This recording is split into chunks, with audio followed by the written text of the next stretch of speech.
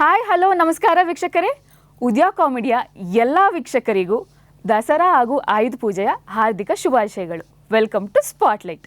ನಾನು ನಿಮ್ಮ ಹರಿಣಿ ನಟರಾಜ್. ಸ್ಪಾಟ್ಲೈಟ್ ವೀಕ್ಷಕರೇ, ನಮ್ಮ ಕನ್ನಡ ಚಿತ್ರರಂಗದಲ್ಲಿ ಒಂದು ಹೊಸ ಅಲೆಯನ್ನೇ ಎಬ್ಬಿಸಿದ ಸಿನಿಮಾ ಅಂದರೆ ಅದು ಓಂ. ಉಪೇಂದ್ರ ಅವರ ನಿರ್ದೇಶನದಲ್ಲಿ ಶಿವರಾಜ್ ಕುಮಾರ್ ಅವರ ಅಭಿನಯದಲ್ಲಿ ಮೂಡಿಬಂದ ಸಿನಿಮಾ. ಅದರಲ್ಲಿ ಶಿವಣ್ಣ ಅವರ ತಂಗಿಯಾಗಿ ವಾಣಿಶ್ರೀ ಅವರು ಒಂದು ಪಾತ್ರನ ನಿರ್ವಹಿಸ್ತಾರೆ. ಅವ್ರ ಜೊತೆ ಇವತ್ತು ಓಂ ಸಿನಿಮಾ ಬಗ್ಗೆ ಮಾತಾಡೋಣ. ಬನ್ನಿ ಅವರನ್ನು ಕಾರ್ಯಕ್ರಮಕ್ಕೆ ಸ್ವಾಗತಿಸೋಣ. ಮೇಡಮ್ ನಮಸ್ಕಾರ. ನಮಸ್ತೆ. ಕಾರ್ಯಕ್ರಮಕ್ಕೆ ಸ್ವಾಗತ. Same here. Thank you. ಮೊದಲನೇದಾಗಿ ದಸರಾ ಹಬ್ಬದ ಹಾರ್ದಿಕ ಶುಭಾಶಯಗಳು. ನಿಮಗೂ ಅಷ್ಟೇ, ನಾಡಿನ ಸಮಸ್ತ ಜನತೆಗೆ ಹೌದು. ದಸರಾ ಹಬ್ಬದ ಹಾರ್ದಿಕ ಶುಭಾಶಯಗಳು. ನೀವು ಚಿಕ್ಕವರಿದ್ದಾಗ ಅಥವಾ ಇವಾಗ ಹೆಂಗೆ ಸೆಲೆಬ್ರೇಟ್ ಮಾಡ್ತೀರಾ ದಸರಾ? ನಮ್ಮ ಊರ್ ಕಡೆ ಅಂದರೆ ಶಾರದೆ ಕೂಡಿಸ್ತಾರೆ, ಮತ್ತೆ ಒಂದು ಟ್ಯಾಬ್ಲೋ ಇರುತ್ತೆ. ಮಂಗಳೂರು ಕಡೆ ತುಂಬ ಗ್ರ್ಯಾಂಡ್ ಅಂದರೆ ಸಿಕ್ಕಾಪಟ್ಟೆ ಗ್ರ್ಯಾಂಡಾಗಿ ಮಾಡ್ತಾರೆ. ನನಗಂತೂ ಆ ಟ್ಯಾಬ್ಲೋಸ್ ನೋಡೋದು ತುಂಬಾ ಖುಷಿ. ಆ್ಯಂಡ್ ನನ್ನ ಮಗಳಿಗೂ ಅದು ಇಷ್ಟ. ಅದರಿಂದ ದಸರಾ ಟೈಮಲ್ಲಿ ಯೂಶ್ವಲಿ ನಾವು ಮಂಗಳೂರಿಗೆ ಹೋಗ್ತೀವಿ. ಆ್ಯಂಡ್ ಒಂದ್ಸಲಿ ನಾನು ಮೈಸೂರು ದಸರಾ ಇಲ್ಲಿ ಹುಟ್ಟಿ ಬೆಳೆದಿರೋದ್ರಿಂದ ಅದು ತುಂಬ ಶ್ರೇಷ್ಠ. ಎಲ್ಲೆಲ್ಲಿಂದನೋ ಬರ್ತಾರೆ ಫಾರಿನರ್ಸ್ ಎಲ್ಲ ಬಂದು ಇಲ್ಲಿ ದಸರಾ ನೋಡ್ತಾರೆ. ನಾವು ಬರೀ ಟಿ ವಿಲಿ ನೋಡ್ತಾ ಇದ್ವಿ. ಆ ರಿಯಲ್ ಎಕ್ಸ್ಪೀರಿಯನ್ಸ್ ಸಿಗಬೇಕು ಅಂತ ಒಂದ್ಸಲಿ ನನ್ನ ಮಗಳು ಮೋಸ್ಟ್ಲಿ 2ನೇ ಕ್ಲಾಸೋ 3ನೇ ಕ್ಲಾಸಲ್ಲೋ ಇದ್ಲು, ಆಗ ದಸರಾ ನೋಡೋದಕ್ಕೆ ಹೋಗಿದ್ದೆ. It was really good. ಆ ಥರ ವಿಜೃಂಭಣೆ, ಆ ಥರ ಜನ, ಅಪ್ಪ ಕಾರ್ ಪಾರ್ಕ್ ಮಾಡೋಕ್ಕೂ ಜಾಗ ಇಲ್ಲ. ಅಷ್ಟು ಜನ ಜನ ಜನ ಎಲ್ಲಿ ನೋಡಿದ್ರು ಜನ ಸಾಗರ, ಅಷ್ಟು ಚೆನ್ನಾಗಿರುತ್ತೆ. ಅದೇ ಥರ ಮಂಗಳೂರಲ್ಲಿ ಕುದ್ರೋಳಿಯಲ್ಲಿ ಒಂದು ಟ್ಯಾಬ್ಲೋ ಹೊರಡುತ್ತೆ. ಅದು ಫುಲ್ಲು ಊರು ಸುತ್ಕೊಂಡು. ಆ್ಯಂಡ್ ನಮ್ಮ ಕಡೆ ನಿಮ್ಗೆ ಗೊತ್ತಿರೋ ಹಾಗೆ ಹುಲಿ ಡಾನ್ಸ್, ಅದು ತುಂಬ ಫೇಮಸ್ಸು. ಸೊ ತುಂಬ ಮೆಮೊರೀಸ್ ಇದೆ ದಸರಾದು, ಎಸ್ಪೆಷಲಿ ಮಂಗಳೂರು ದಸರಾ. ಓಕೆ, ಅಂದರೆ ದಸರಾಗೂ ಮುಂಚೆ ನವದಿನಗಳಿಂದ ಒಂದೊಂದು ದಿನನೂ ಒಂದೊಂದು ದೇವರುಗಳನ್ನ ಪೂಜೆ ಮಾಡ್ಕೊಂಡು ಒಂದೊಂದು ಅವತಾರನ ಪೂಜೆ ಮಾಡ್ಕೊಂಡು ಬರ್ತಾರೆ. ಆ ದಿನಗಳನ್ನ ನೆನೆಸ್ಕೊಂಡ್ರೆ ನಿಮಗೆ ಏನು ನೆನಪಾಗುತ್ತೆ? ನಾನು ಆ ಥರದ್ದು ಪ್ರತಿದಿನದ್ದು ಆಚರಣೆಗಳೇನು ಇಟ್ಕೊಂಡಿಲ್ಲ. ಮೈ ಪೂಜಾ ಇಸ್ ವೆರಿ ಸಿಂಪಲ್. ದೇವರಿಗೆ ಹೂ ಅರ್ಪಿಸೋದು, ಒಂದು ನೈವೇದ್ಯ ಇಡೋದು, ದೀಪ ಹಚ್ಚೋದು. ಆ ಥರದ್ದು ವಿಜೃಂಭಣೆಯಾಗಿ ಬೇರೆ ಬೇರೆ ಇದೇ ಥರ ಪೂಜೆ ಮಾಡಬೇಕು, ಅದೇ ಪೂಜೆ ಮಾಡಬೇಕು ಅದಿಲ್ಲ. ದೇವರು ನಂಬ್ತೀನಿ, ಪೂಜೆ ಮಾಡ್ತೀನಿ, ಅದೆಲ್ಲ ಮಾಡ್ತೀನಿ. ಬಟ್ ವಿಧಿವಿಧಾನಗಳೆಲ್ಲ ಅಷ್ಟೊಂದು ನಾನು I kept it very simple. ನಂದು ದೇವ್ರ ಮಧ್ಯೆ, ಸೊ ನಡೆಯುತ್ತೆ. Okay okay ma'am, back to your journey. ಇವಾಗ ಓಂ ಸಿನಿಮಾ ಬಗ್ಗೆ ಮಾತಾಡೋಣ. ಓಂ ಸಿನಿಮಾ ನಿಮಗೆ ಹೇಗೆ ಸಿಕ್ತು, ಮತ್ತು ನಿಮಗೆ ಅದರಲ್ಲಿ ಆದಂಥ ಎಕ್ಸ್ಪೀರಿಯನ್ಸ್ನ? ಸಿಕ್ತು, ಕಷ್ಟ ಏನಿಲ್ಲ. ವಜ್ರೇಶ್ವರಿ ಪ್ರೊಡಕ್ಷನ್ ಇರೋದ್ರಿಂದ ನನಗೆ ಅದರಲ್ಲಿ ಅವಕಾಶ ಆಯಿತು. ನನ್ನ ತಂಗಿ ರೋಲ್ಗೆ ಹುಡುಕ್ತಾ ಇದ್ರು. ಅವ್ರಿಗೆ ನನ್ನ 3 ತಂಗಿರು, ಅಂದರೆ ಶಿವಣ್ಣಂಗೆ 3 ತಂಗಿರು. ಕೊನೆ ತಂಗಿ ಫಿಕ್ಸ್ ಆಗಿತ್ತು, ಬಟ್ ಮಧ್ಯದ ತಂಗಿ ಫಿಕ್ಸ್ ಆಗಿದ್ದಿಲ್ಲ. ನನ್ನ ತಂಗಿ ಅವಾಗ 7th ಸ್ಟ್ಯಾಂಡರ್ಡ್ 8th ಸ್ಟ್ಯಾಂಡರ್ಡ್ ಓದ್ತಾ ಇದ್ಲು. ಐ ಥಿಂಕ್ 7th 8th ಏನೋ ಓದ್ತಾ ಇದ್ಲು. ಎಕ್ಸಾಮ್ ಇತ್ತು ಅವಳಿಗೆ, some exam 8th 9th exam ಇತ್ತು. ಎಕ್ಸಾಮು 1 ಗಂಟೆಗೆ ಮುಗಿತಾ ಇದ್ದಂಗೆ ಅವಳನ್ನ ಪ್ರೊಡಕ್ಷನ್ ಕಾರ್ ಹೋಗಿ ಅವಳನ್ನ ಕರ್ಕೊಂಡು ಬಂದರು. ಅವಳದ್ದು last day of exam. So ನನ್ನ ತಂಗಿ ರೋಲಿಗೆ ಅವಳನ್ನೇ ಕರ್ಕೊಂಡು, ಇಟ್ ವಾಸ್ ನಾವಿಬ್ಬರು ಅಕ್ಕ ತಂಗಿ ಅದರಲ್ಲಿ. ಸೊ ಶಿವಣ್ಣ ನಿಮ್ಗೆ ಗೊತ್ತಿರೋಂಗೆ ಹೀರೋ. ಆ್ಯಂಡ್ ಎಂಥ ಡೆಡಿಕೇಟೆಡ್ ಆರ್ಟಿಸ್ಟ್ ಶಿವಣ್ಣ ಮತ್ತು ಪ್ರೇಮ ಅಂತ ಅಂದರೆ ನಂಗೆ ನಿಜವಾಗ್ಲೂ ಇವತ್ತಿಗೂ ಪ್ರೇಮ ಸಿಕ್ಕಾಗಲ್ಲ ಅದನ್ನೇ ನಾನು ಹೇಳೋದು. ಎಷ್ಟು ಡೆಡಿಕೇಶನ್ ಅಂದರೆ, ರಾತ್ರಿ ಸವ್ಯಸಾಚಿ ಅಂತ ಒಂದು ಫಿಲಮ್ ಮಾಡ್ತಾಯಿದ್ರು ಅವ್ರ ಫಸ್ಟ್ ಫಿಲಮ್ ಪ್ರೇಮಂದು. ರಾತ್ರಿ ಇಡೀ ಅದು ಶೂಟಿಂಗ್ ಮಾಡಿ ಬಂದು ಗಾಡಿಯಲ್ಲಿ ಮಲಗಿರೋರು 1-2 ಅವರ್. 7ವರೆಗೆ ನಮ್ಮ ಸೆಟ್ಟದು ಶೂಟಿಂಗ್ ಸ್ಟಾರ್ಟ್. ಅಂದರೆ 7ವರೆಗೆ ನಾವು ರೆಡಿ ಆಗೋದು, ಮತ್ತು ಎಕ್ಸಾಕ್ಟ್ಲಿ ಅರೌಂಡ್ 8 ಗಂಟೆಗೆ ಫಸ್ಟ್ ಶಾಟ್ ತೆಗಿಯೋರು ಉಪೇಂದ್ರ ಸರ್. ಸೊ ನಾನು I am a newcomer ಅವಾಗ, ಇನ್ನೂ ಹೊಸೊಬ್ಳೆ. ಸೊ ನನಗೆ ಅಷ್ಟು ಇದೆಲ್ಲ ಗೊತ್ತಾಗ್ತಾ ಇದ್ದಿಲ್ಲ. ಇವಾಗ ನಾವು ಕಷ್ಟಪಡುವಾಗ, ಬೇರೆ ಕೆಲಸ ಮಾಡುವಾಗ ನಾನು ಅವರೆಲ್ಲ ಎಷ್ಟು ಡೆಡಿಕೇಟೆಡ್ ಆಗಿ ಮಾಡಿದ್ದಾರೆ. And they are also newcomer, very young. ಪ್ರೇಮಂದು 2ನೇ ಫಿಲಮ್ ಓಮು, ಫಸ್ಟ್ ಫಿಲಮ್ ಬಂದು ಸವ್ಯಸಾಚಿ. ಸೊ ಅದು ಶೂಟಿಂಗ್ ಮುಗಿಸ್ಕೊಂಡು ಬಂದು ಅಲ್ಲೇ ಸೆಟ್ಟಲ್ಲಿ ನಿದ್ದೆ ಮಾಡಿ ಮತ್ತೆ ಶೂಟಿಂಗಿಗೆ ಬರೋರು. So much dedication. ಅವ್ರನ್ನೆಲ್ಲ ನೋಡಿದ್ರೆ ಖುಷಿ ಆಗುತ್ತೆ. ಇವತ್ತು ಪ್ರೇಮ ಹಾಗೇ ಇದ್ದಾರೆ. She is very principled, very down to earth. ತುಂಬ ಖುಷಿ ಆಗುತ್ತೆ ನೋಡಿದ್ರೆ. Shivanna also you know very well ಹೇಗೆ ಅವರು ಎಷ್ಟು ಡೆಡಿಕೇಟೆಡ್ ಆಗಿದ್ದಾರೆ. ಅವ್ರ ಕೆಲಸ ಅಂದರೆ ಹಿ ಗಿವ್ಸ್ ಇಟ್ 100%. ಲೇಟ್ ಬರೋದಾಗ್ಲಿ ಅಥವಾ ಟೈಮ್ ವೇಸ್ಟ್ ಮಾಡೋದಾಗ್ಲಿ ಇದೆಲ್ಲ ಯಾವುದೂ ಇಲ್ಲ. ನಾನು ಆಲ್ಮೋಸ್ಟ್ ಒಂದು 10-12 ಫಿಲಮ್ ಮಾಡಿದ್ದೀನಿ ಶಿವಣ್ಣ ಅವ್ರ ಜೊತೆ. So is really punctual, very sweet person, ತುಂಬ ಡೆಡಿಕೇಟ್ ಆಗಿ ಕೆಲಸ ಮಾಡ್ತಾರೆ, ಸೀನ್ಗಳು ತಿಳ್ಕೊಳ್ತಾರೆ ಆ ಥರ. ಅಂದ್ರೆ ಆ ಸಿನಿಮಾ ಶೂಟ್ ನಡಿಬೇಕಾದ್ರೆ ಅಪ್ಪಾಜಿ ಮತ್ತೆ ಪಾರ್ವತಮ್ಮ ಅವ್ರು ಕೂಡ ಬರೋರು ಸೆಟ್? ಹೌದು ಹೌದು, ಅವ್ರು ಬರೋರು, ನಮ್ಮ ಜೊತೆನೆ ಕೂತ್ಕೊಂಡು ಊಟ ಮಾಡೋರು, ಎಲ್ಲ ಮಾಡೋರು. ಸೊ ಅವ್ರಿಗೆ ಅದೇನೋ ಎಲ್ಲರ ಜೊತೆ ಕೂತ್ಕೊಂಡು ಊಟ ಮಾಡೋದಂದ್ರೆ ಭಾರಿ ಖುಷಿ ಅಂತೆ. ಸೊ ಅವರು ಕೆಲಸ ಇಲ್ಲದೆ ಇದ್ದಾಗ ಇಲ್ಲಿಗೆ ಬಂದು ನಮ್ಮ ಜೊತೆ ಎಲ್ಲ ಕೂತ್ಕೊಂಡು ಊಟ ಮಾಡೋರು. ಎಷ್ಟು ಚೆನ್ನಾಗಿ ಅನ್ಸುತ್ತಲ್ಲ, ಅಷ್ಟು ದೊಡ್ಡ ಆಕ್ಟರ್. ಅದನ್ನೇ ನಾನು ಹೇಳ್ತಾ ಇರೋದು, ಒಂದು ಫ್ಯಾಮಿಲಿ ಎನ್ವೈರ್ಮೆಂಟ್ ಇತ್ತು. ಇವಾಗಾದ್ರೆ ಕ್ಯಾರವ್ಯಾನ್ಸು, ಇವ್ರ ಕ್ಯಾರವ್ಯಾನ್ ಬೇರೆ, ಅವ್ರ ಕ್ಯಾರವ್ಯಾನ್ ಬೇರೆ, ನಮ್ಮ ಕ್ಯಾರವ್ಯಾನ್ ಬೇರೆ, ಆ ಥರ ಇದೆ. ಬಟ್ ಅವಾಗ ಆ ಥರ ಅಲ್ಲ, ಎಲ್ಲ ಒಟ್ಟಿಗೆ ಕೂತ್ಕೊಂಡು ಒಂದು ಫ್ಯಾಮಿಲಿ ಥರ ಊಟ ಮಾಡ್ತಾ ಇದ್ವಿ. ಡೈರೆಕ್ಟರ್ ಆಗಿರ್ಬೋದು, ಕ್ಯಾಮ್ರಾಮ್ಯಾನ್ ಆಗಿರ್ಬೋದು, ಆರ್ಟಿಸ್ಟ್ಗಳಾಗಿರ್ಬೋದು, ಹೀರೋಯಿನು ಎಲ್ಲರೂ. ಅಂದರೆ ಅದಾದಮೇಲೆ ಉಪೇಂದ್ರ ಅವರ ಡೈರೆಕ್ಷನ್ ಬಗ್ಗೆ ಏನು ಹೇಳಕ್ಕೆ ಇಷ್ಟಪಡ್ತೀರಾ? He was very simple, very down to earth. ತುಂಬ ಕಷ್ಟಪಟ್ಟು ಕೆಲಸ ಮಾಡೋರು ಅವಾಗೆಲ್ಲ. ಬಟ್ ನನಗೆ ಅವಾಗ ಅಷ್ಟೊಂದು ಐಡಿಯಾನೇ ಇಲ್ಲ ಡೈರೆಕ್ಷನ್ ಬಗ್ಗೆ ಆಗಲಿ, ಇನ್ನೊಂದು ಬಗ್ಗೆ ಆಗಲಿ. ಫಿಲಮ್ಗೆ ನಾನು ಹೊಸಬ್ಳು, ಆದ್ದರಿಂದ ಅಷ್ಟೊಂದು ಐಡಿಯಾ ಇದಿಲ್ಲ. ಬಟ್ ಅದು ಯಾವಾಗ ತೆರೆ ಕಾಣ್ತೋ ಆ್ಯಂಡ್ ಮತ್ತೆ ಮತ್ತೆ ಮತ್ತೆ ಮತ್ತೆ ರಿಲೀಸು ಎಲ್ಲ ಆದಾಗ, ನಾನು ಓಂ ಚಿತ್ರ ನೋಡಿದಾಗ ಫಸ್ಟ್ ಸ್ಟಾರ್ಟಿಂಗ್ ನಂಗೆ ಅಷ್ಟು ಅರ್ಥ ಆಗಲಿಲ್ಲ. Because it goes flash back ಹೋಗುತ್ತೆ, ಮತ್ತೆ ರಿಯಾಲಿಟಿಗೆ ಬರುತ್ತೆ, ಮತ್ತೆ ಫ್ಲಾಶ್ ಬ್ಯಾಕ್ ಹೋಗುತ್ತೆ. ಅಂದರೆ ಅವರು ಯೂಶಲಿ ಉಪೇಂದ್ರ ಸರ್ ಮಾಡೋದು, you should be very knowledgeable to understand this concepts and ಅರ್ಥ ಮಾಡಿಕೊಂಡ್ರೆ ಇಟ್ ಇಸ್ ಲೈಕ್ ಫ್ಲೋ ಅಲ್ಲಿ ಹೊಟ್ಟೋಗುತ್ತೆ ಅದು. ಆ ಥರದ್ದು ಮೂವಿಗಳನ್ನ. ಆ್ಯಂಡ್ ಮೂವಿಯಲ್ಲಿ ಸಾಂಗ್ ಆಗಿರ್ಬೋದು, ಸೀನ್ಸ್ ಆಗಿರ್ಬೋದು, ಪ್ರೇಮ ಅವ್ರ ಆ್ಯಕ್ಟಿಂಗ್ ಆಗಿರ್ಬೋದು, ಶಿವಣ್ಣ ಅವ್ರ ಆ್ಯಕ್ಟಿಂಗ್ ಪ್ರೇಮ ಹೊಸೊಬ್ರು ಅಂತ ಅನ್ಸೋದೇ ಇಲ್ಲ. ಹೌದು, ಸೋ ಬ್ಯೂಟಿಫುಲ್ಲಿ. ಹೌದು, ಸಾಂಗ್ಸ್ ಅಂತೂ ಮಾತಾಡಂಗೆ ಎಲ್ಲ ಸಾಂಗ್ಸ್ಗಳು super hit. Very good, very nice. And Upendra ಅವ್ರ ಅಮ್ಮ ಅಪ್ಪನೂ ಬರೋರು ಸೆಟ್ಟಿಗೆ. ಸೊ ಅವ್ರ ಫಸ್ಟ್ ಫಿಲಮ್ ಆಗಿರೋದ್ರಿಂದ she is to encourage them.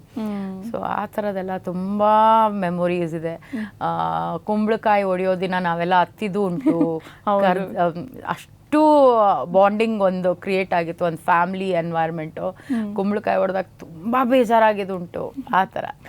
Okay, ಅಂದರೆ ಓಂ ಸಿನಿಮಾ ಅಂತ ಅಂದರೆ ಫಸ್ಟ್ ಏನು ನೆನಪಾಗುತ್ತೆ ನಿಮಗೆ? ಅಲ್ಸೂರು ಟೆಂಪಲ್ಲು. ಓಕೆ. ಆ್ಯಂಡ್ ನಮ್ಮ ಮನೆ ಹರಿದಿರೋ ಸೀರೆ ಆ್ಯಂಡ್ ಅಣ್ಣನ ಪಾತ್ರದಲ್ಲಿ ಶಿವಣ್ಣ. ಇನ್ನೊಂದು ಫಿಯರಿಂಗ್ ಫ್ಯಾಕ್ಟರ್ ಅಂದರೆ ಅಲ್ಲಿದ್ದಿದ್ದ ರೌಡಿಗಳೆಲ್ಲ ರಿಯಲ್ ರೌಡೀಸು. ಆ್ಯಂಡ್ ಅದು ನನಗೆ ಮೋಸ್ಟ್ಲಿ ಒಂದು 15 ದಿನದವರೆಗೂ ಗೊತ್ತಿದ್ದಿಲ್ಲ. ದೆನ್ ಶಿವಣ್ಣ ಬಾಯ್ಲಿ ಕಾಲ್ಮಿ, ಇವ್ರು ಯಾರು ಗೊತ್ತಾ ಅಂದ್ರು, ಬೆಕ್ಕಿನ ಕಣ್ಣು, ದೊಡ್ಡ ರೌಡಿ, ಜಾಸ್ತಿ ಮಾತಾಡಿದ್ರೆ ಅಷ್ಟೇ ನೀನು, ಇಷ್ಟು ಸ್ಕೇರಸ್.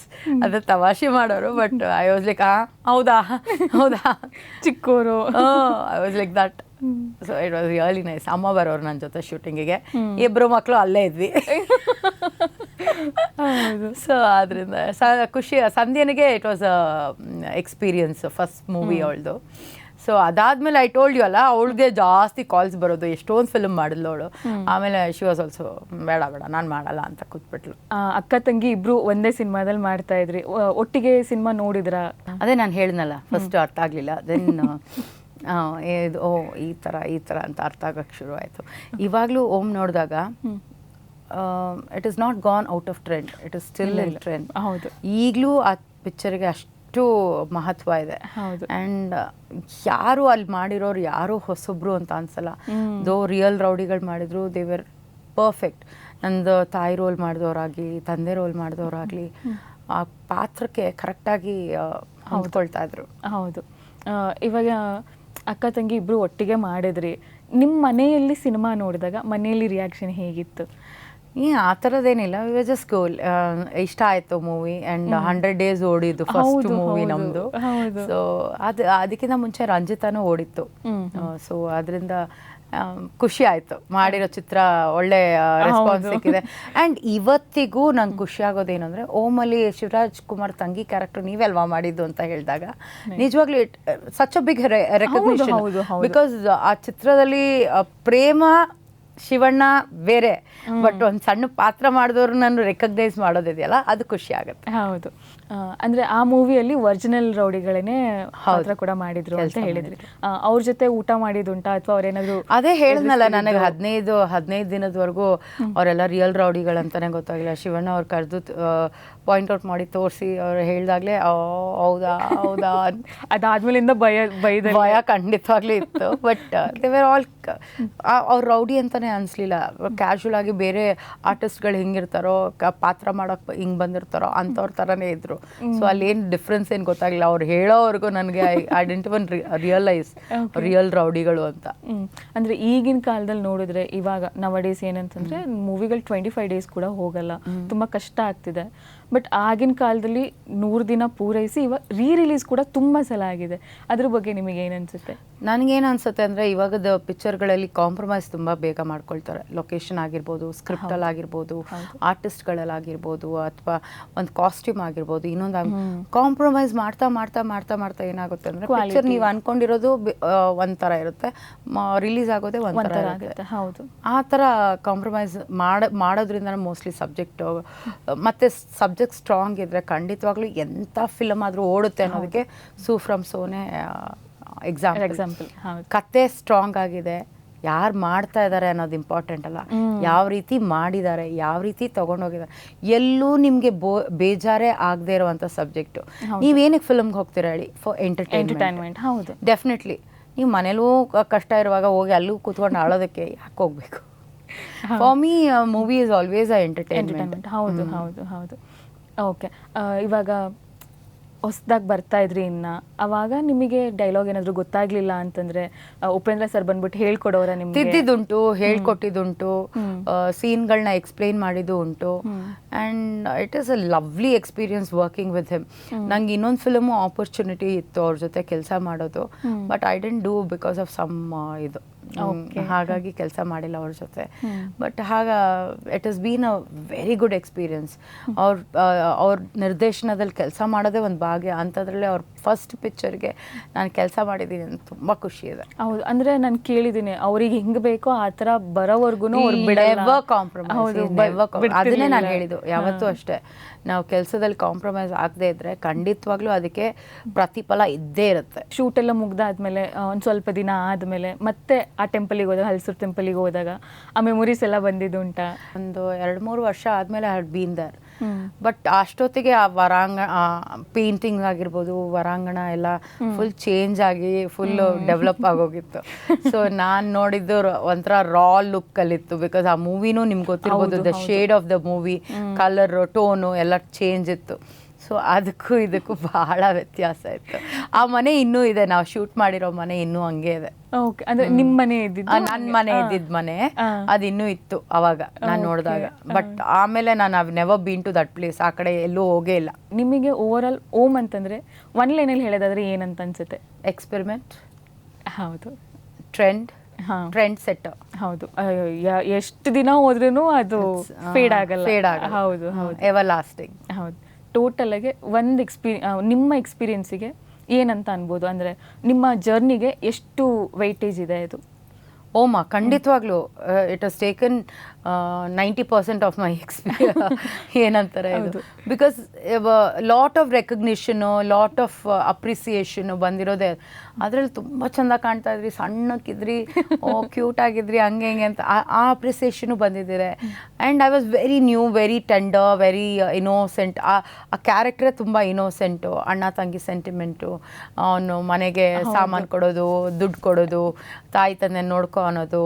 ನಾನು ಅದೇ ಕೇಳೋಣ ಅಂತಿದ್ದೆ. ಆ ಸೀನ್ ತುಂಬಾ ಚೆನ್ನಾಗಿದೆ ಆಕ್ಚುಲಿ. ಆ ಸೀನ್ ನೀವು ಕೆಲಸ ಮುಗಿಸ್ಕೊಂಡು ಏನೋ ಬರ್ತಾ ಇರ್ತೀರಾ, ಅಲ್ಲಿ ವೇಟ್ ಮಾಡಿ ದುಡ್ಡೆಲ್ಲ ತಂದ್ಕೊಡೋದು. ಅದು ಯಶವಂತಪುರಲ್ಲಿರುವಂತ ಒಂದು ಗಾರ್ಮೆಂಟ್ ಫ್ಯಾಕ್ಟ್ರಿಲಿ ಆಗಿದ್ದು. ಅದು ಯಶವಂತಪುರನ? ರಿಯಲಿ ಈ ಕಡೆ ಹೋದಾಗೆಲ್ಲ ನಂಗೆ ಅದೇ ನೆನಪುಗಳು. ಇಲ್ಲಿ ಶೂಟಿಂಗ್ ಮಾಡಿದ್ವಲ್ಲ ನಾವು, ಅದು ಎಷ್ಟು ದೂರ ಅನಿಸ್ತಾ ಇತ್ತು ಗೊತ್ತಾ ನಮ್ಗೆ ಅವಾಗ. ಈಗ ಇಟ್ ಇಸ್ ಯಶವಂತಪುರ ಇಲ್ಲೇ ಇರೋದು ಪಕ್ಕದಲ್ಲಿ ಅಂತ. ಹಾಗೆ ನಿಮ್ಮ ಮುಂದಿನ ಸಿನಿಮಾ ಆದರೆ ಕಲಿಯುಗ ಸೀತಾ. ಆ ಸಿನಿಮಾದಲ್ಲಿ ನಿಮ್ಮ ಎಕ್ಸ್ಪೀರಿಯನ್ಸ್ ಹೇಗಿತ್ತು? ನಾನು ಅದರಲ್ಲಿ ಸುನಿಲ್ ತಂಗಿ ಪಾತ್ರ ಮಾಡಿದೆ. ಸೊ ಮಾಲಾಶ್ರೀ ಅವರು ಆವಾಗಲೇ ಸೂಪರ್ ಡೂಪರ್ ಹೀರೋಯಿನ್ ಆಗಿದ್ರು. ಅವ್ರನ್ನ ನೋಡೋದೇ ಒಂದು ಖುಷಿ. ಎಸ್ಪೆಷಲಿ ಆ ಮದುವೆ ಗೆಟಪ್ಪಲ್ಲಂತೂ ಶಿ ವಾಸ್ ಸೋ ಬ್ಯೂಟಿಫುಲ್. ನಂಗಂತೂ ಅಷ್ಟು ಚಂದದ್ದು ಹೀರೋಯಿನ್ನ ನಾನು ನೋಡೇ ಇದ್ದಿಲ್ಲ. I think she very pretty, very good at work. ಅಂದರೆ ಡೈಲಾಗ್ಸು ದೋ ಶಿ ವಾಸ್ ಅ ತೆಲುಗು ಐಟ್, ಕನ್ನಡ ಎಷ್ಟು ಚಂದ ಡೈಲಾಗ್ಸ್ ತೊಗೊಳ್ತಾ ಇದ್ರು ಅಂದರೆ ಅಷ್ಟು ಚಂದ ತೊಗೊಳ್ತಾ ಇದ್ರು. ನಮಗೆ ನಾಚಿಕೆ ಆಗೋದು, ಎಷ್ಟು ಚಂದ ಮಾತಾಡೋರು. She used to try to speak Kannada. ಅಷ್ಟೊತ್ತಿಗೆ ಕಲ್ತ್ಬಿಟ್ಟಿದ್ರು ಅವರು, ಬಟ್ ಆ ಆ್ಯಕ್ಸೆಂಟ್ ಇರೋದಲ್ಲ, but she used to take lines, dialogues ತೊಗೊಂಡು ಪ್ರಿಪೇರ್ ಆಗಿ. She is always on time. ಅದೇ ಎರಾನೇ ಒಂಥರ different. Such dedicated artist they are. Beautiful ಅನ್ನೋದಕ್ಕೆ ಇನ್ನೊಂದು ವರ್ಡೇ ಮಾಲಾಶ್ರೀ ಅಂತ ಅನ್ಸುತ್ತೆ. She was so pretty. ಅಂದರೆ ಅವ್ರ ಜೊತೆ ವರ್ಕ್ ಮಾಡಿದ್ದು ಏನು ಅನಿಸ್ತಿತ್ತು ನಿಮ್ಗೆ? ತುಂಬ ಖುಷಿ ಆಯಿತು. ಕೆಲವೆಲ್ಲ ಸೀನ್ಸು ವಿ ಹ್ಯಾಡ್, ಅದಾದಮೇಲೇನೂ ಒಂದೆರಡು ಚಿತ್ರಗಳು ಅವ್ರ ಜೊತೆ ಮಾಡಿದೆ. So it was really nice. ಒಂದು ಇನ್ಸಿಡೆಂಟ್ ಹೇಳ್ತೀನಿ, she's how down to earth she's ಅಂತ. I was shooting for some other movie. ಅವರು ಬೇರೆ ಕಡೆ ಬೇರೆ ಚಿತ್ರಕ್ಕೆ ಕೆಲಸ ಮಾಡ್ತಾಯಿದ್ರು. ನಾನು ಅದು ಅವ್ರ ಜೊತೆ ಕೆಲಸ ಮಾಡಿ ಆಲ್ಮೋಸ್ಟ್ 3-4 ವರ್ಷ ಆಗಿತ್ತು. She came to know that I am there and she sent her assistant, ಕರ್ಕೊಂಡು ಬನ್ನಿ ವಾಣಿನ ಅಂತ. Then I went and spoke to her. So that is a rapport and that is the bonding we had that time. ಅಂದರೆ heroine ನಾನು ಅದು ಇದು ಅಂತ ಯಾವ ಥರದ್ದು ಅಹಮ್ಮು ಇಲ್ಲ, ಯಾವುದೂ ಇಲ್ಲ. ಜಸ್ಟ್ ಲೈಕ್ ಕ್ಯಾಶುವಲ್ ಫ್ರೆಂಡ್ಸು, ಒಂದು family environment. What I told it's really nice. ಆ ಎಕ್ಸ್ಪೀರಿಯನ್ಸೇ ತುಂಬ ಖುಷಿ ಕೊಡುತ್ತೆ. ನಿಮ್ಮ ಕ್ಯಾರೆಕ್ಟರ್ ಬಗ್ಗೆ ಹೇಳೋದಾದರೆ? ನಂದು ಕ್ಯಾರೆಕ್ಟರ್ ಅದೇ ತಂಗಿ ಪಾತ್ರ. ಅದರಲ್ಲಿ ಅಂಥ ತುಂಬ ಸ್ಕೋಪ್ ಇರುವಂಥ ಕ್ಯಾರೆಕ್ಟರ್ ಅಲ್ಲ, but throughout the movie ಇರುತ್ತೆ. And Malashri was so busy ಆ ಟೈಮಲ್ಲಿ. ಅಂದರೆ 4-5 ಚಿತ್ರಗಳು ಒಂದು ದಿನಕ್ಕೆ ಮಾಡ್ತಾಯಿದ್ರು. ಇಲ್ಲಿ ಒಂದು ಸೀನ್ ಮಾಡಿ, ಇನ್ನೊಂದು ಸೀನ್ ಮಾಡಿ, ಬೇರೆ ಕಡೆಗೆ ಹೋಗಿ ಅಲ್ಲಿ ಸೀನ್ ಮಾಡೋದು, ಆ ಥರ. ಕೆಲವು ಕೋರ್ಟ್ ಸೀನಲ್ಲಿ ಡೂಪ್ ಯೂಸ್ ಮಾಡಿರುವಂಥ ಸೀನ್ಗಳು ಇದೆ. She was this lady Amitabh Bachchan of Kannada industry ಅಂತ ಹೇಳಿದ್ರೆ ತಪ್ಪೇ ಆಗಲ್ಲ. ಅಷ್ಟು ಅದ್ಭುತ ನಟಿ. ಆ್ಯಂಡ್ ಅವ್ರ ಪರ್ಫಾರ್ಮೆನ್ಸು, ಅವ್ರು ಆ್ಯಕ್ಟ್ ಮಾಡ್ತಾ ಇದ್ರೆ ನಾನು ಅವ್ರನ್ನೇ ನೋಡ್ಕೊಂಡು ನಿಲ್ತಾ ಇದ್ದೆ. ನಾನು ಮರ್ತೇ ಹೋಗಿರೋದು, ನಾನು ಏನು ಮಾಡಬೇಕು ಅನ್ನೋದೇ ಮರ್ತೇ ಹೋಗೋದು. ಅಷ್ಟು ಚಂದ. ನಾನು ಹೇಳ್ತಾ ಇದ್ದೀನಲ್ಲ, she is so pretty that time. Very pretty. ನಾವು also she is pretty only, but ಅವಾಗಂತೂ I never use to take my eyes out of her. ಮದುವೆ ಹೆಣ್ಣು ಪಾತ್ರದಲ್ಲಿ ಒಬ್ಬರು ಬಂದು ನಿಂತಾಗ I was like I was stunned seeing. ಅಂದ್ರೆ ಅಷ್ಟೆಲ್ಲ ರೆಡಿ ಹಾಕೊಂಡು ಚಂದ, ತುಂಬಾ ಒಳ್ಳೆ ಮನ್ಸು. ಬೇರೆ ಲ್ಯಾಂಗ್ವೇಜ್ ಇಂದ ಬಂದರೂ ಕೂಡ ಕನ್ನಡನ ಅಷ್ಟು. ಆ್ಯಂಡ್ ಶಿ ಇಸ್ ಅವಾಗ she was a super star. ಹೌದು ಹೌದು. ಸಿ ಮತ್ತೆ ನನ್ನನ್ನು ಮಾತಾಡ್ಸ್ಬೇಕು ಅನ್ನೋ ಅಗತ್ಯನೇ ಇಲ್ಲ. ಐ ಜಸ್ಟ್ ಡಿಡ್ ಒಂದು ಪಾತ್ರ ಆ್ಯಂಡ್ ಒಂದು ಕ್ಯಾರೆಕ್ಟರ್ ಮಾಡಿದ್ದೆ ಅಷ್ಟೇ. ಅವರು ಎಲ್ಲೋ ಬೇರೆ ಕಡೆ ಶೂಟ್ ಮಾಡ್ತಾ ಇದ್ರು ಕಂಠೀರವದಲ್ಲಿ. She called me all the way to speak to her. That is so sweet. ಅವ್ರು ಕಾರಲ್ಲಿ ಹೋಗ್ತಾ ನನ್ನನ್ನು ನೋಡಿದ್ರಂತೆ. So she sent a word. Then I went and spoke to ಹರ್.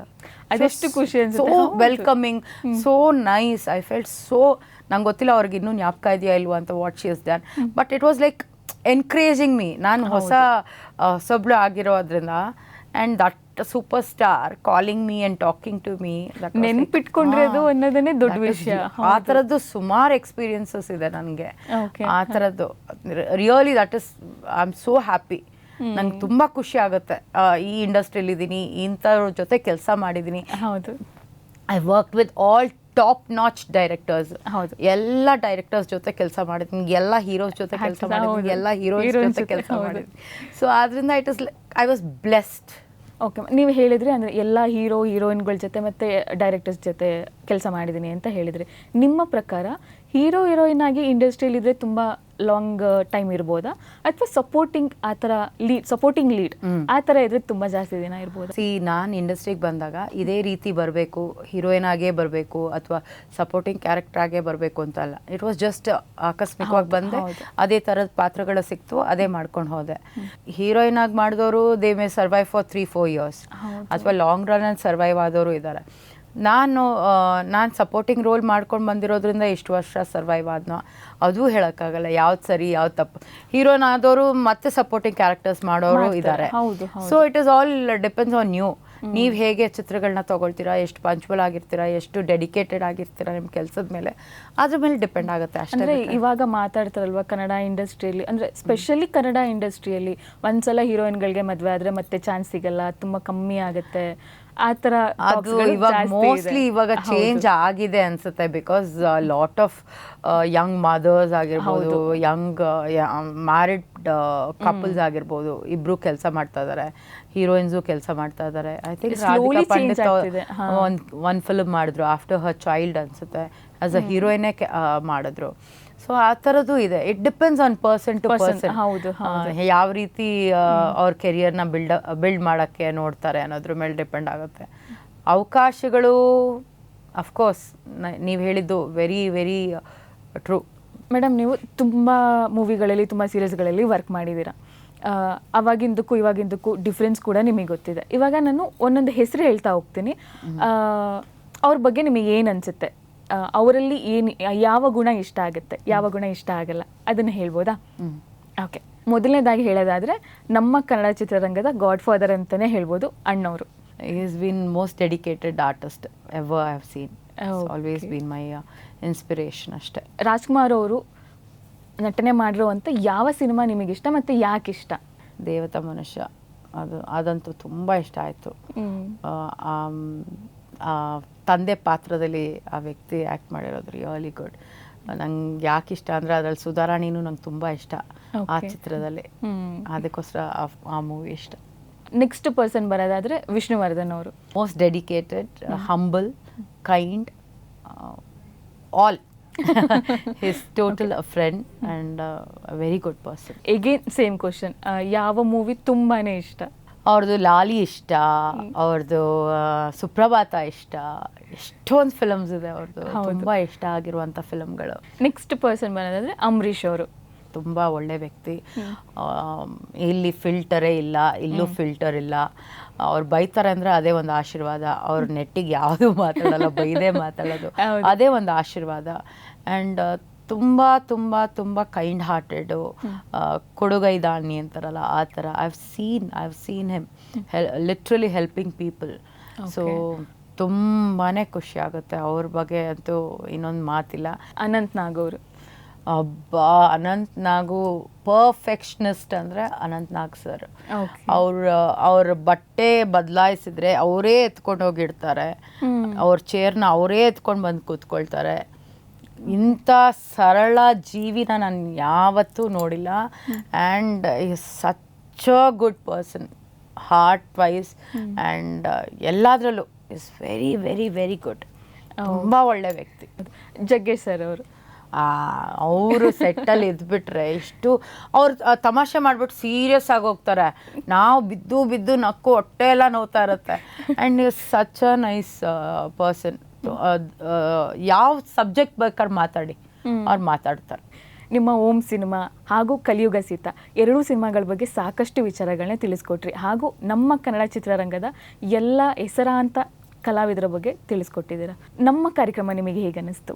ಜನರಿಗೆ ಗೊತ್ತಿಲ್ಲದೆ ಇರೋದನ್ನ, ಅಂದರೆ ನಮ್ಮ ಲೈಫಲ್ಲಿ ಏನು ನಡೆಯುತ್ತೆ, ಯಾವ ರೀತಿ ನಾವು ಶೂಟಿಂಗ್ಗಳು ಮಾಡ್ತೀವಿ, ಪರದೆ ಹಿಂದೆ ಪರದೆ ಮುಂದೆ ಯಾವ ರೀತಿ ಡಿಫ್ರೆನ್ಸಸ್ ಇರುತ್ತೆ, ಯಾವ್ಯಾವ ಕೆಲಸಗಳು ಮಾಡ್ತೀವಿ ಅನ್ನೋದನ್ನ ಪರಿಚಯ ಮಾಡ್ಕೊಳ್ಳೋ ಅಂಥ ಹೊಣೆಗಾರಿಕೆನ ನೀವು ತಗೊಂಡಿದ್ದೀರಾ. That is really nice. Udaya TV, ಹೌದು, ಇದು ನನಗೆ ಅನ್ನ ಕೊಟ್ಟಿದೆ ನಿಜವಾಗ್ಲೂ. I have so much of emotion for this.